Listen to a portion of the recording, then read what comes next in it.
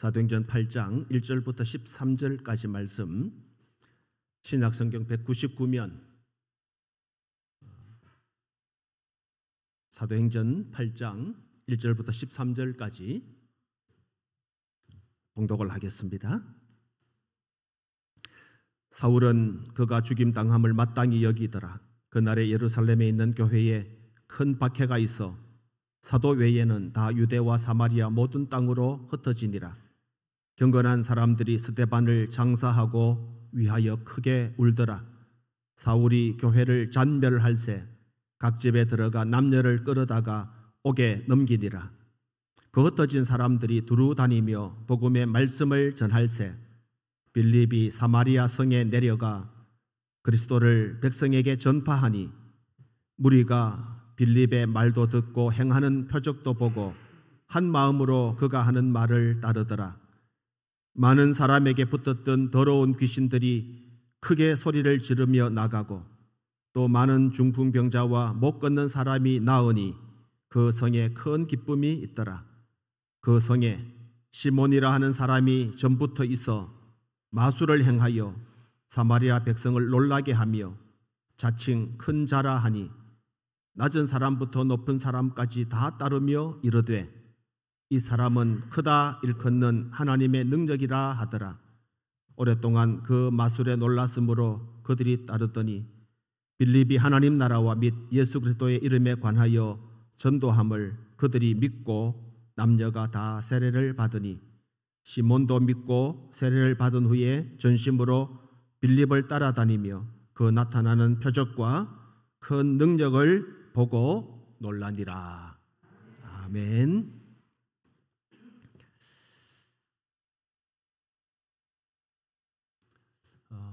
아직 광고 말씀을 드리지 않았습니다만 아마 주보를 보셔서 알고 계시겠습니다. 실로 2년, 거의 2년 가까운 시간 동안 오후 예배를 드리지 못했습니다. 감사하게도 코로나가 조금 잠잠해지고 또 회복이 되는 중에 6월 첫 주일부터는 오후 예배를 드리게 됩니다. 오후 예배를 드린다 하니까 여러분 마음에 어떤 감정이 있는지 모르겠습니다. 설렘이 있는지 모르겠습니다. 아니면 부담이 되는지 모르겠습니다.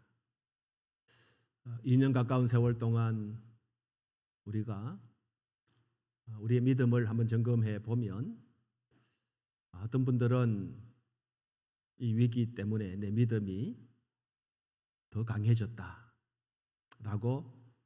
평가하시는 분들이 있을 수 있고, 어떤 분들은 나도 모르게 내 믿음의 강도가 약해졌고 느슨해졌다, 그렇게 평가하시는 분들도 있을 것입니다. 하나님의 은혜로 그런 위기 가운데서도 믿음을 잘 유지하고 특별히 더 강해졌다고 하면 감사하시기를 바랍니다. 감사하시기 바라고, 혹 어려운 가운데 심신이 지치고 또 믿음도 약해져 있다고 하면 하나님 앞에 다시 회복되는 은혜가 있기를 바랍니다. 저는 오늘 본문을 통해서 사마리아에도 복음을 이라는 제목의 말씀을 전하고자 합니다. 사실 그동안 우리는 코로나라고 하는 핑계 아닌 핑계로 우리의 믿음의 삶이 조금 느슨해진 경향이 있다는 사실, 그것은 부인할 수 없을 것입니다. 믿음의 삶 가운데 특별히 전도의 생활은 거의 전무하다시피 할 정도로 그런 어려운 위기 가운데 있었다는 것도 사실입니다. 전도한다 할지라도 교회를 인도하는 것이 쉽지 않고, 그러다 보니까 이러한 삶이 조금 느슨해진 것도 사실입니다. 코로나 바이러스의 외부적인 요인이 크게 작용했다고 생각이 됩니다. 따지고 보면 그것도 핑계가 아니겠습니까? 우리가 세상 혹은 환경의 지배를 너무 많이 받고 있다.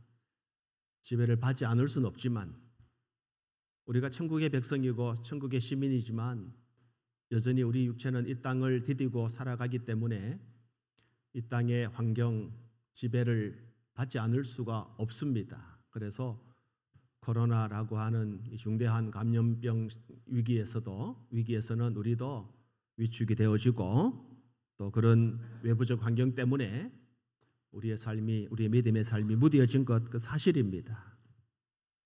환경 때문에 전도하는 일도 등한시 된 것도 사실이고 그러나 감사하게도 완전히 회복된 것은 아니지만 하나님의 은혜로 코로나 사태가 점점 진정되어져 가고 있고 우리는 기대합니다. 머지않은 장래에 완전한 회복이 있을 것이라고 기대해보고 그런 가운데 예배도 완전히 회복될 날을 기대하는 것입니다.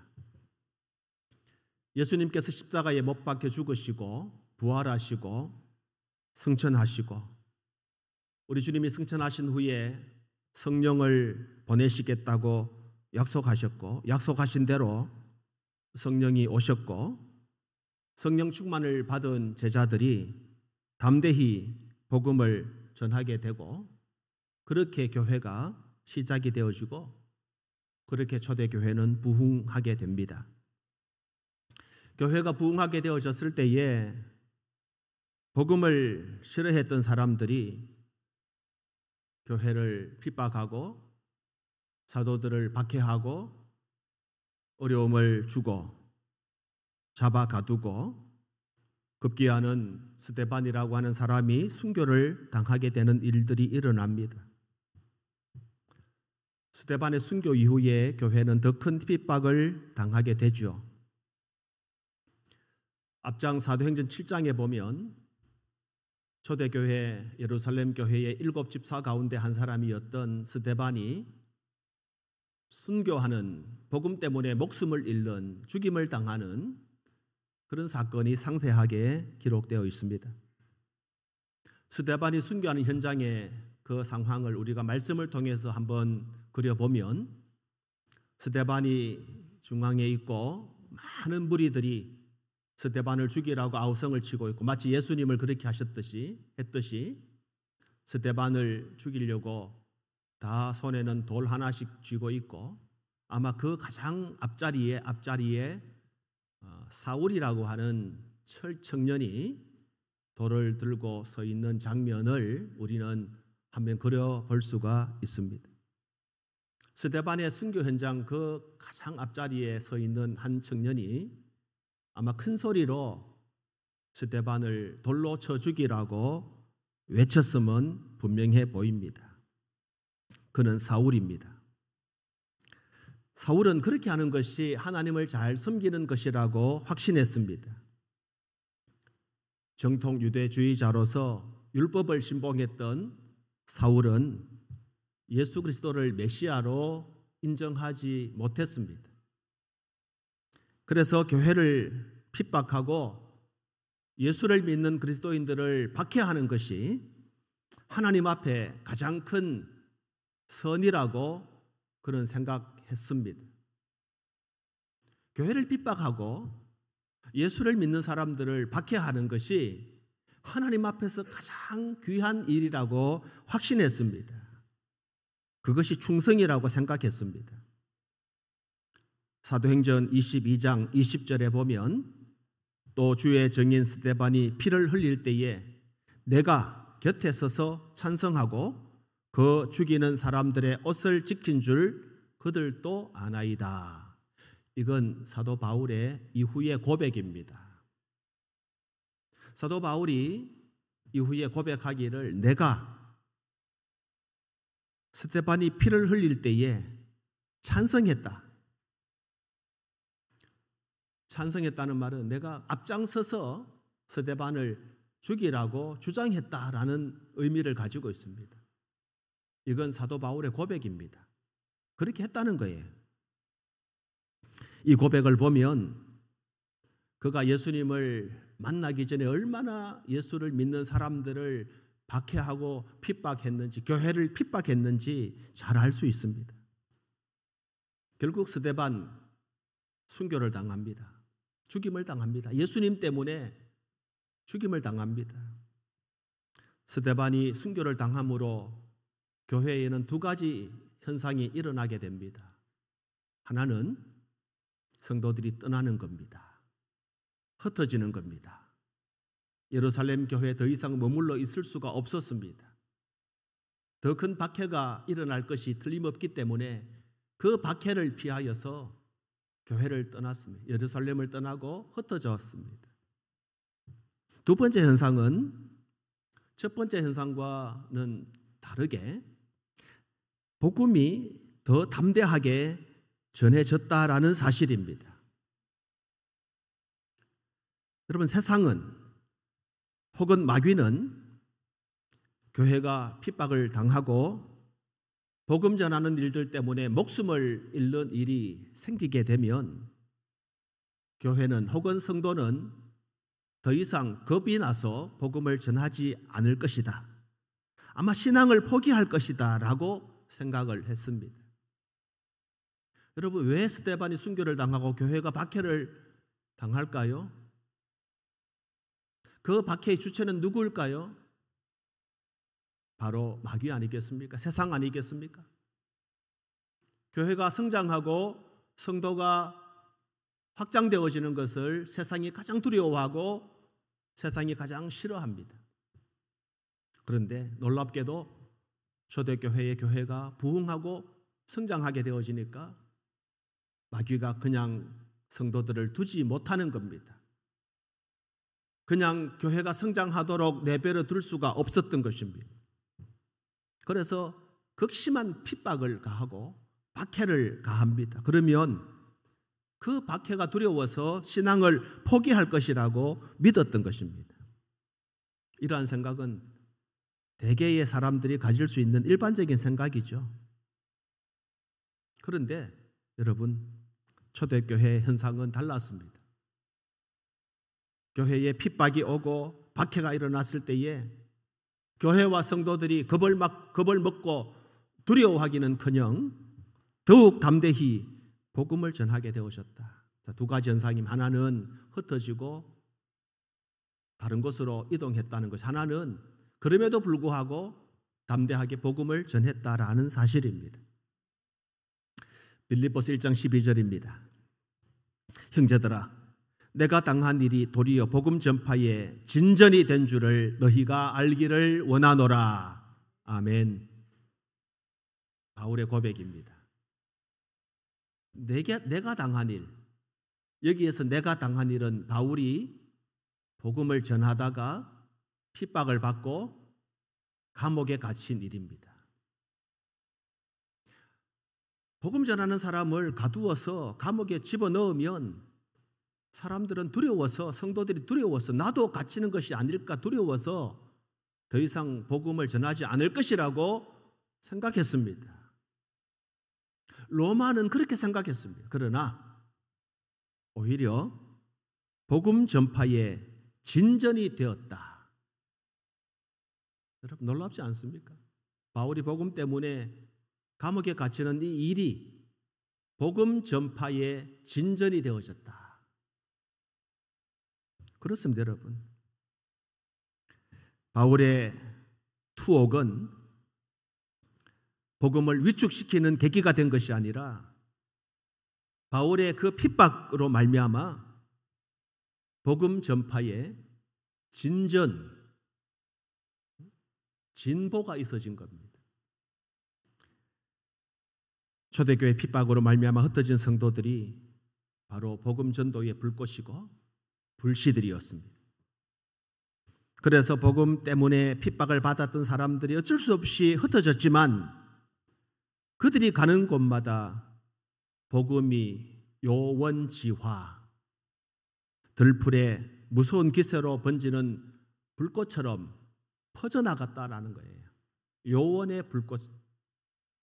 여러분, 하나님께서 오늘 우리와 함께 하시면 어려운 문제들이 태산 같지만 하나님이 함께 하시고 우리가 하나님을 의지하고 믿고 나가면 하나님의 방법으로, 하나님의 힘으로, 하나님의 능력으로 우리와 함께 하시는 것입니다.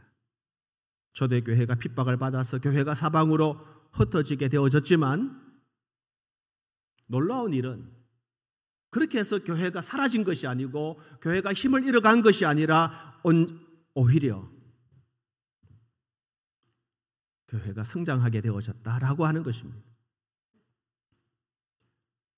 가끔 이런 뉴스를 듣기도 하고 우리가 또 직접 보기도 하는데 또 우리 아이들이나 저 어릴 때 경험도 해보는데 어른들 같은 경우에는 이 동네 목이 좋은 곳에 이제 예를 들면은 가판을 이제 내놓고 이제 물건을 혹 파는 사람 있지 않습니까?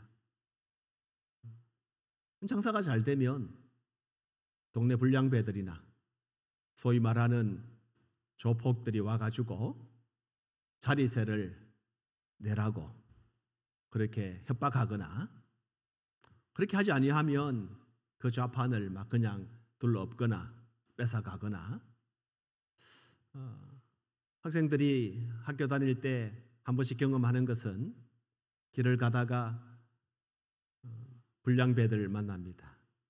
그러면 뭐 돈도 빼앗기고 어떤 경우에는 대들다가 코피도 터지고 위협을 당하고 그런 경험을 혹 할 때가 있습니다. 그러면 어떤 생각이 듭니까?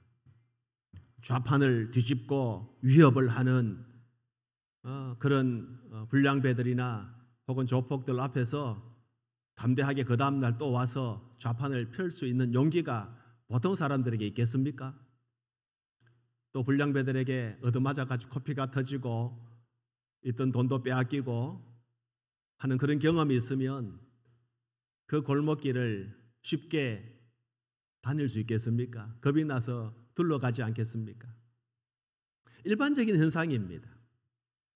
교회가 핍박을 당하면 성도들이 겁을 먹고 교회 가는 것 우리가 포기해야지 그런 마음이 들 것이라고 이들이 생각했지만 그래서 복음이 사그라들고 결국은 그들이 생각했던 것처럼 복음이 사라질 것이라고 굳게 믿었지만 교회 역사를 보면 교회가 핍박을 당함으로 복음의 불이 꺼지기는커녕 더 힘차게 타올랐다라고 하는 사실입니다.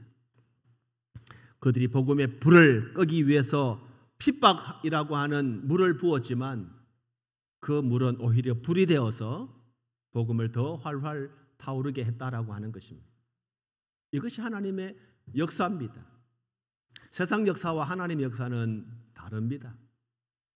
세상에는 물을 부으면 불이 꺼지지만 교회는 물을 부으면 그 물이 기름 역할을 하고 더 크게 교회를 타오르게 하고 부흥하게 하는 것입니다. 할렐루야. 여러분 오늘 우리에게 어떤 당면한 문제가 있습니까?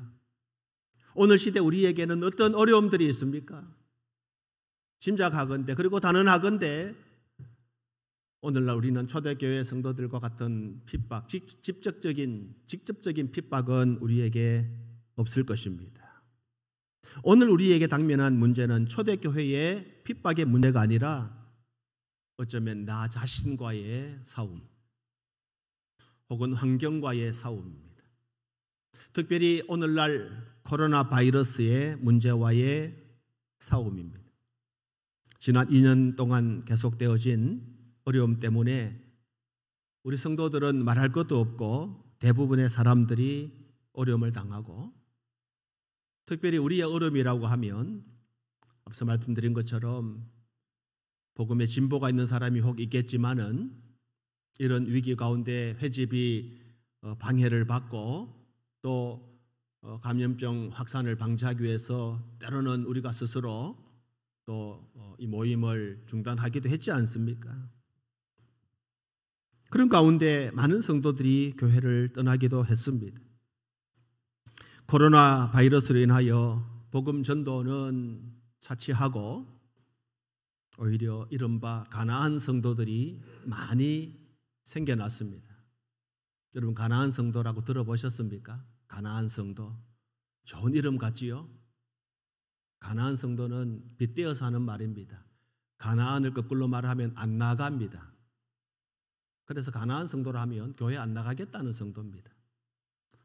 이런 위기 때문에, 이런 어려움 때문에, 그러지 않아도 믿음이 약하고 그랬는데 또 어쩔 수 없이 교회 나갔는데 잘 됐다. 이 감염병 때문에 교회 안 나가는 것이 자연스럽고 이참에 내가 교회를 안 나가겠다. 어쩔 수 없이 끌려 나왔는데, 그런데 감염병이 찾아왔어요. 회집이 어려움이 생겼습니다. 핑계가 얼마나 좋았겠습니까? 그래서 교회를 안 나가기로 작정하고 포기하는 사람들이 많이 생겨났다라고 하는 것입니다. 잘 나오던 성도들도 코로나 핑계로 교회 출석을 등한시하는 그런 일들이 생겨나기도 합니다. 예수님은 승천하시면서 제자들에게 땅끝까지 이르러 복음의 증인이 되라라고 분부하셨죠. 마태복음 28장 19절 20절에 그러므로 너희는 가서 모든 민족을 제자로 삼아 아버지와 아들과 성령의 이름으로 세례를 베풀고 내가 너희에게 분부한 모든 것을 가르쳐 지키게 하라. 너무너무 잘 알고 있는 말씀입니다. 사도행전 1장 8절입니다. 오직 성령이 너희에게 임하시면 너희가 권능을 받고 예루살렘과 온 유대와 사마리아와 땅끝까지 이르러 내 증인이 되리라 하시니라. 여러분, 주님의 명령입니다. 우리를 향한 주님의 명령입니다. 이 명령은 초대교회 사도들과 성도들에게 직접적으로 우리 주님이 하셨고 오늘 믿음으로 살아가는 저와 여러분들에게 주신 명령입니다. 주님의 이러한 명령에도 불구하고 제자들은 여전히 예루살렘에 머물러 있기를 원했습니다. 예루살렘과 온 유대와 사마리아와 땅끝까지 복음을 전파하라고 명령했지만 사도들은 예루살렘에 머물러 있기를 원했습니다. 그곳에 안주하기를 원했습니다. 물론 그곳에서 복음을 열심히 전파했습니다. 예루살렘 초대교회는 열심히 복음을 전파했습니다. 그래서 하루에 3,000명이 혹은 5,000명이 회개하고 주께로 돌아왔습니다. 얼마나 놀라운 일인지 모릅니다. 예루살렘 교회는 부흥했습니다. 그러나 하나님은 예루살렘과 온 유대와 사마리아와 땅끝까지 복음을 전파하라고 명령하셨습니다. 부족했습니다. 그들은 땅끝까지, 아니 사마리아에조차도 복음을 전하지 않았던 것입니다. 그래서 하나님은 하나님의 방법을 동원하셨습니다. 그 하나님의 방법이 무엇일까요? 예루살렘을 떠나서 온 유대와 사마리아와 땅끝까지 복음을 전파하라고 명령했음에도 불구하고 예루살렘에 안주하고 있던, 그렇다고 여러분 복음을 전하지 않았던 거 아니라고 말씀을 드렸죠. 그들은 감옥에 갇히면서까지 복음을 전해서 그러나 부족했다는 거죠. 그래서 하나님은 그들을 땅끝까지 보내는 것입니다. 그 방법이 무엇입니까? 박해라고 하는 혹은 핍박이라고 하는 방법을 하나님이 사용하신 것입니다. 구약시대 이스라엘 백성들 혹은 유다 백성들이 하나님 말씀에 불순종했을 때 하나님은 그들을 경계하고 경책하기 위해서 어떤 방법을 사용했습니까? 이방 민족인 아수르나 바벨론을 사용하셨습니다. 그들을 몽둥이와 회초리로 사용하시면서 유다 백성들을 경책하셨습니다. 하나님이 아수르나 바벨론이 예뻐 보였거나 그들이 하나님 앞에 잘했기 때문에 그들을 몽둥이나 회초리로 사용하신 것이 아니라 하나님의 방법은 그들을 사용해서라도 하나님의 백성, 유다 백성 이스라엘을 바른 길로 가게 하시기 위해서 하나님을 대적하고 복음을 박해하는 그런 아수르나 바벨론 같은 이방 민족까지도 들어 사용하셨다라고 하는 사실입니다.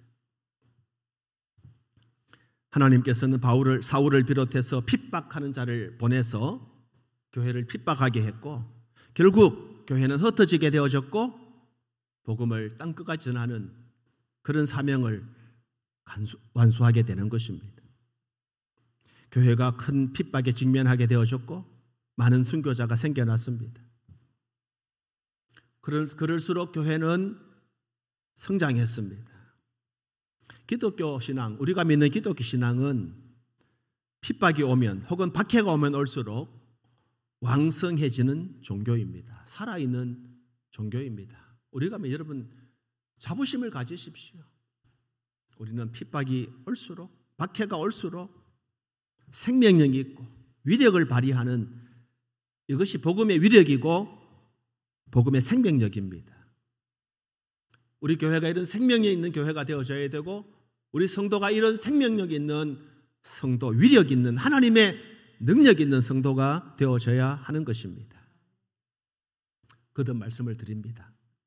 교회 성장 역사를 보면 교회는 핍박을 받을수록 오히려 성장을 했습니다. 반대로 여러분 평안하면 좋을 것 같지요? 평안할수록 교회는 부패하고 퇴보했습니다. 중세교회가 그걸 잘 보여주지 않습니까? 교회가 세상을 지배하는 힘을 가지게 되어질 때, 교회의 힘이 무소불위해질 때, 박해가 없어지고 평안해졌을 때 교회는 암흑기, 다크 에이지, 암흑기에 빠지고 말았습니다. 교회는 부패하고 말았습니다. 교회는 퇴보했습니다. 그러므로 여러분, 복음을 가지고 살아가는 것 때문에 어려움을 당하는 것, 예수 때문에 핍박을 받는 것, 그 감사하십시오. 기뻐하시기 바랍니다. 그저 평안하시기만 바라지 마십시오. 때로 어려움이 있어야 우리도 깨어 기도하게 됩니다. 누가 기도할까요? 평안한 사람보다는 아마 어려움에 처한 사람이 더 절실하게 기도할 것입니다. 문제 앞에 있는 사람들이 더 많이 기도할 것입니다. 그래서 문제가 없도록 기도하지 말고 하나님, 그 문제를 잘 이길 수 있는 믿음을 달라고 기도하시고, 내게 찾아오는 문제 있으면, 어려움이 있으면 하나님 앞에 엎드려 기도하시고 주님의 도움을 구하시기를 축복합니다. 6월부터 오후 예배를 회복하고 다시 모이려고 합니다. 왜 모여야 하겠습니까? 여러분, 우리가 모이는 이유는 흩어지기 위함입니다. 우리가 교회로 모이는 이유는 흩어지기 위함입니다. 흩어짐이 뭘까요? 흩어짐은 복음 전도를 말합니다. 우리가 모이는 이유, 이곳에 회집하여 하나님 교회로 하나님 앞에 서 있는 이유는 복음 전도를 위한 것입니다. 이곳에서 우리가 행복하게, 즐겁게, 기쁘게 교제하고 누리는 것도 중요한 교회의 사명입니다. 코이노니아, 친교하는 것 너무너무 중요한 사명이긴 하지만, 그러나 더 중요한 사명이 있다면 우리가 모여서 흩어지기 위함입니다. 땅끝까지 나가서 복음을 전하기 위해서 우리는 모이는 것입니다. 땅끝까지 복음의 증인이 되기 위해서 모이는 것입니다. 잘 모여야 하는 것입니다. 그래서 모이기를 힘쓰시기를 바랍니다. 초대교회 성도들은 날마다 마음을 같이하여 성전에 모이기를 힘썼다고 했습니다. 히브리서 10장 25절입니다. 모이기를 피하는 어떤 사람들의 습관과 같이 하지 말고 오직 권하여 그날이 가까움을 볼수록 더욱 그리하자. 모이기를 피하는 어떤 사람들의 습관처럼 하지 말고, 그렇게 하지 말고 서로 권하고 권면하고 또 격려해서 함께 모이도록, 그날이 가까움을 볼수록 우리는 함께 모이고 더 잘 모이고, 그래서 모여서 말씀으로 우리를 새롭게 하고 그 말씀을 가지고 땅끝까지 흩어지는 것입니다. 교회는 모여야 합니다. 그래서 초대교회 성도들처럼 함께 교제하고 하나님을 찬미하고 기도해야 합니다. 그러나 교회는 또한 흩어져야 합니다. 흩어져야 교회가 아름다워지고 건강하게 되는 것입니다. 잘 모이는 것과 잘 흩어지는 것의 균형, 조화를 이루어야 합니다. 그렇게 하기 위해서 우선은 잘 모여야 합니다. 교회 모임 안에 적극적으로 모이시기 바랍니다. 모든 모임에 적극적으로 모이십시오. 왜? 잘 흩어지기 위함입니다. 잘 모이고 잘 흩어지는 것은 건강한 교회 공동체의 특징입니다. 그래서 우리가 어떤 모임, 특별히 믿음의 모임이 있으면 서로 격려하면서 서로 격려해주고 축복해주면서 모여서 말씀으로 교제하는 것입니다. 그리고 영적으로 무장하는 것입니다. 모여서 예배드리고 함께 은혜를 받고 능력을 얻어서 세상으로 나가는 것입니다. 모이는 것만으로는 부족합니다. 모이기만 하면 주님이 원하시는 교회로서의 부족함이 있습니다. 그래서 교회는 또 흩어져야 하는 것입니다. 전도하는 것입니다. 오늘 본문 8장 1절에 그날에 예루살렘에 있는 교회에 큰 박해가 있어 사도 외에는 유대와 사마리아 모든 땅으로 흩어지니라 했습니다. 예루살렘에서 시작된 교회가 드디어 사마리아까지 확장이 되어지는 것입니다. 유다를 떠나서 사마리아까지 복음이 확장되어졌다는 말입니다. 여러분, 말이 좋아서 확장이 사실은 죽지 못해서 흩어진 거예요. 우리 편에서 보면 죽지 못해서 그렇게 흩어진 것입니다. 우리 가끔 아이고 사는 게 아니다. 죽지 못해 산다. 그런 표현을 하기도 하죠. 아마 그 당시 초대교회의 모습을 보면 그들이 자발적으로 흩어진 것이 아니라 박해를 받아서 참 죽지 못해서 그렇게 흩어졌다고도 볼 수 있습니다. 그만큼 어려웠다는 사실입니다. 그러나 그것이 하나님의 섭리였다는 사실입니다. 스데반의 순교를 이어서 나타난 현상이 무엇입니까? 큰 핍박이죠. 그러나 핍박은 교회사에 있어서 새로운 장을 여는 하나의 신호탄입니다. 스데반이 딱 죽는 순교하는 그것이 신호가 되어져서 교회가 확산되어지는 놀라운 역사가 일어났던 것이죠. 복음이 예루살렘을 벗어나게 되어지고 온 유다 땅을 넘어서 사마리아까지 그리고 땅끝까지, 이것이 바로 주님의 말씀의 성취입니다. 약속의 성취이고 명령의 성취입니다. 오늘 본문 사도행전 8장 5절에 빌립이 사마리아 성에 내려가 그리스도를 백성에게 전파하니, 빌립이 사마리아 성에 내려가 그리스도를 백성들에게 전파했던 오늘 본문 5절에 그렇게 말씀을 하고 있습니다. 빌립이라는 사람이 사마리아에 가서 복음을 전파했습니다. 그 당시로서는 그야말로 충격적인 사건입니다. 어떻게 사마리아 땅에 가서 복음을 전할 수 있는가? 유대인들은 사마리아 사람들을 사람 취급하지 않았습니다. 잘 알듯이 개 취급을 했습니다. 상종하지 않았습니다.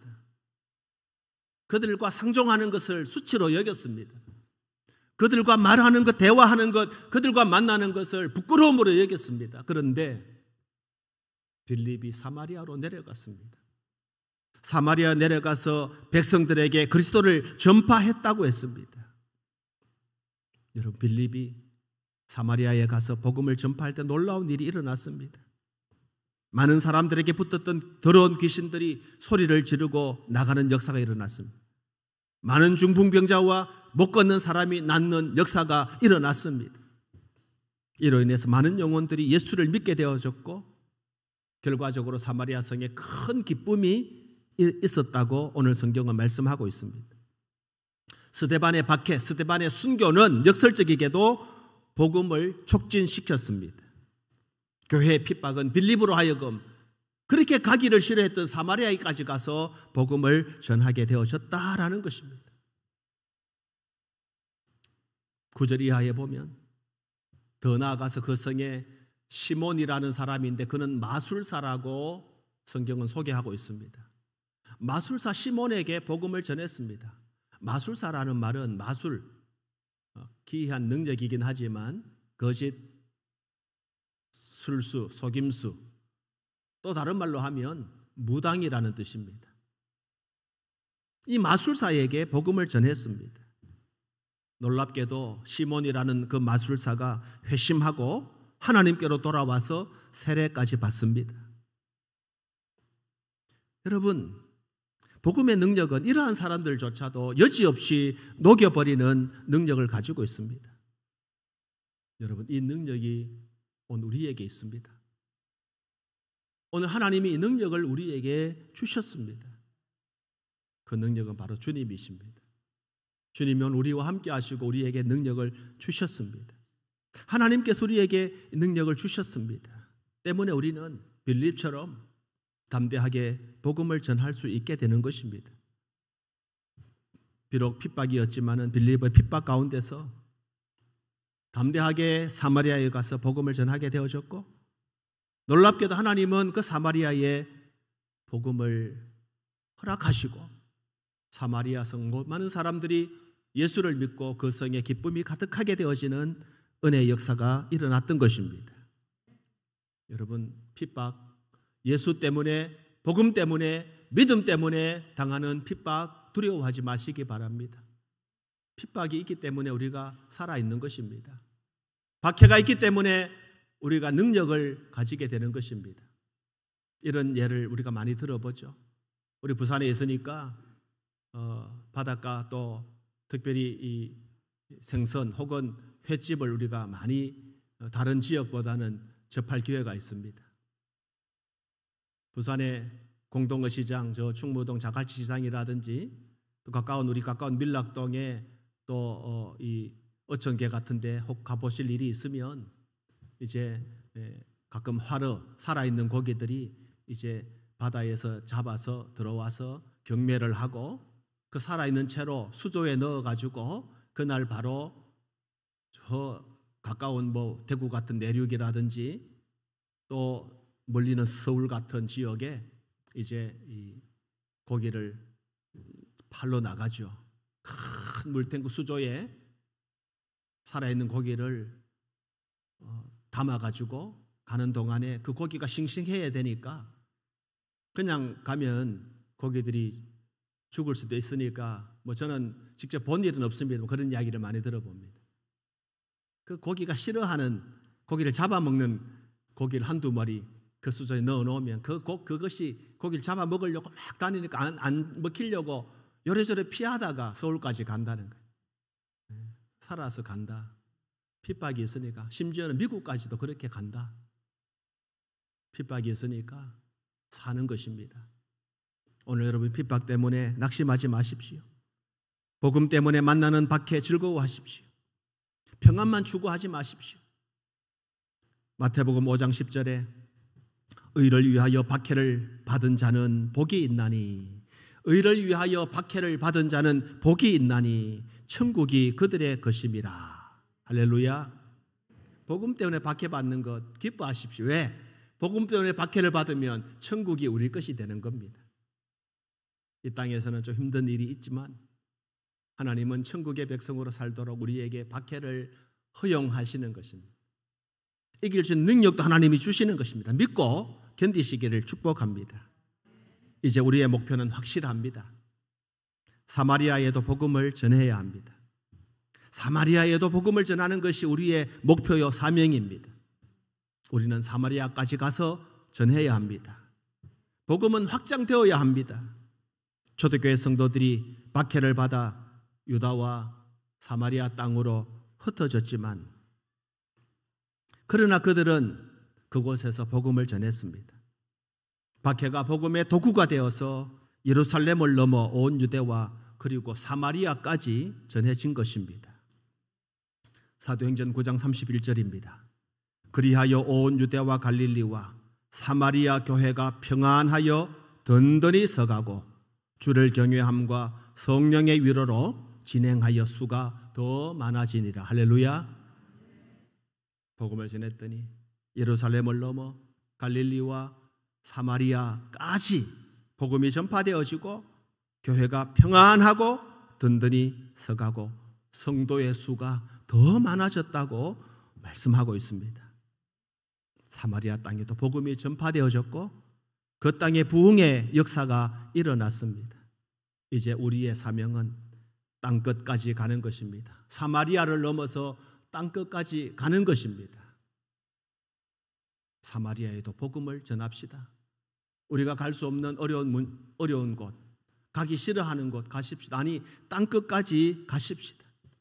코로나 위기가 우리를 침체하게 하고 때로 코로나 위기가 나를 나태하게 했지만, 그래서 그것이 나의 복음의 열정에서 멀어지게 하는 그런 표면적인 이유가 되긴 했지만, 그러나 오히려 우리는 이 코로나 2년 이상의 코로나 이 사태는 오히려 내게 복음의 도구요, 복음의 기회라고 하는 사실을 우리가 명심을 하고 우리가 복음의 도구가 되어져서 사마리아와 더 나아가서는 땅끝까지 복음을 전하는 저와 여러분들이 되시기를 축원합니다.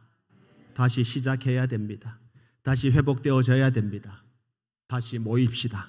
그리고 다시 흩어집시다. 코로나 위기는 우리에게 기회가 되어서 나태한 우리를 다시 새롭게 깨워서 회복하게 하시고 그 은혜로 하나님 앞에 다시 세워지는 그런 복된 성도들, 하나님의 자녀들이 되시기를 우리 주님의 이름으로 축원합니다. 기도하겠습니다. 참 좋으신 하나님 아버지, 사마리아에도 복음을 전하라고 오늘 우리에게 말씀하시고 명령하십니다.